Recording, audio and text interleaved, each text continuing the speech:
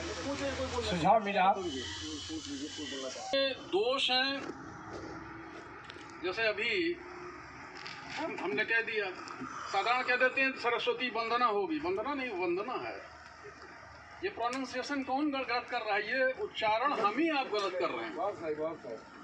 और ये हमें सीखना चाहिए। फारसी और उर्दू वालों में उच्चारण ही कुछ का कुछ हो जाता है जरा से। हम हिंदी को इतनी बेतरतीब ढंग से बोलते हैं, उस तरह लेते हैं, आंचलिक शब्दों में ढाल करके या उस तरह लिया तो गलत प्रयोग करने लगते हैं।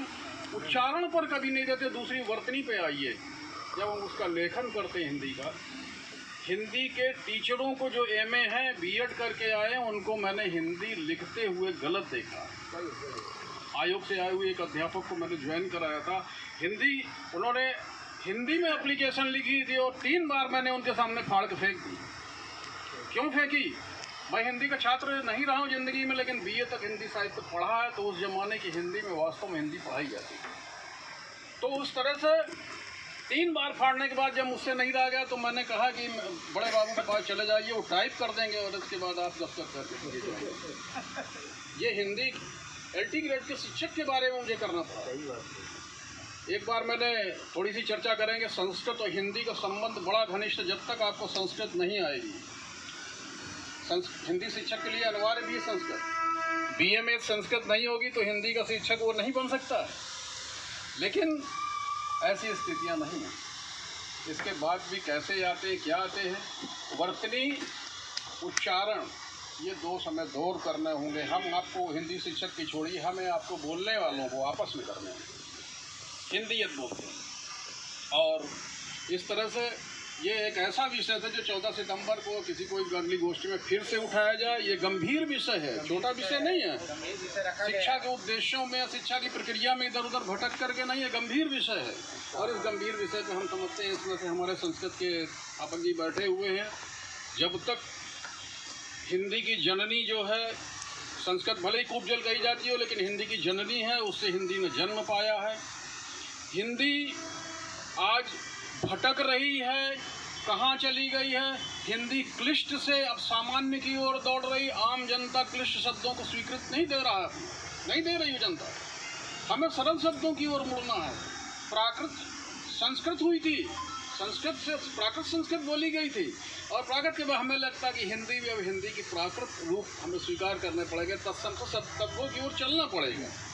ये विषयांतर की चीज़ें हैं, विषय की चीज़ें हैं, और मैं बीच में ज़्यादा नहीं रहूँगा कि, और इस प्रकार से पुनः निर्मल जी को दूंगा। उन्होंने विषय तक,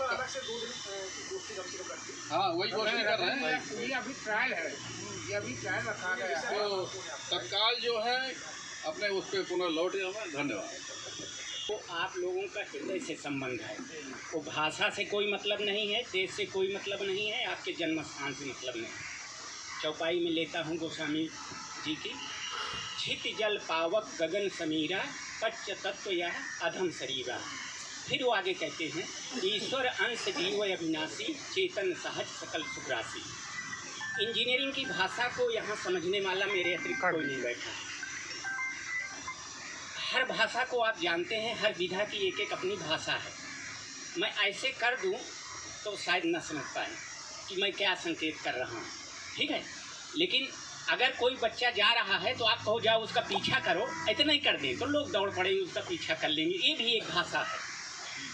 5 चीज़ें मैं आप लोगों को बता रहा हूँ, आप अपने घर जाने पे अनुभव करिएगा कि ना उसमें भाषा की ज़रूरत है, ना जात की ज़रूरत है, ना धर्म की ज़रूरत है। यदि आपको कोई कील चुभोए तो क्या आप दर्द महसूस करेंगे कि नहीं करेंगे? फिर अगर दर्द हो रहा है तो आप ये भी अनुभव करेंगे कि मेरे ऊपर कोई दया करे, चाहे जो कील चुभा रहा है वो, या कोई मुझे बचाए। तो दया कहाँ आया? किसी भाषा का नाम नहीं है। यानी ये चीज़ आपके अंदर ईश्वर ने दिया है कि हमें कोई दया करे। दया तब होगी जब आपके अंदर करुणा होगी। करुणा जब होगी जब आपके अंदर स्नेह प्रेम होगा। जब ये 4 चीज़ें होंगी तब आप अहिंसा में जाएंगे।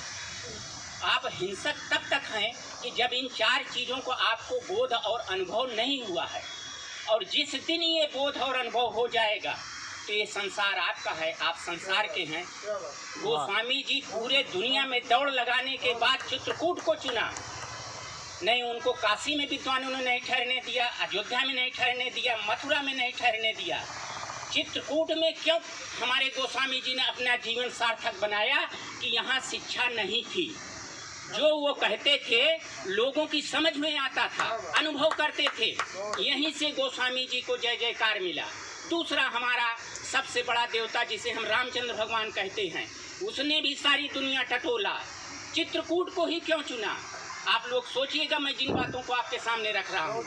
इसलिए चुना कि यहाँ भी उस समय शिक्षा थी, भूखमरी थी, दरिद्रता थी, तमाम बातें थी। भगवान राम ने कहा मैं उन्हें नज़दीक से जाके देखूंगा और तब मैं देखूंगा कि एक राजशाही ठाट बाट क्या होता है।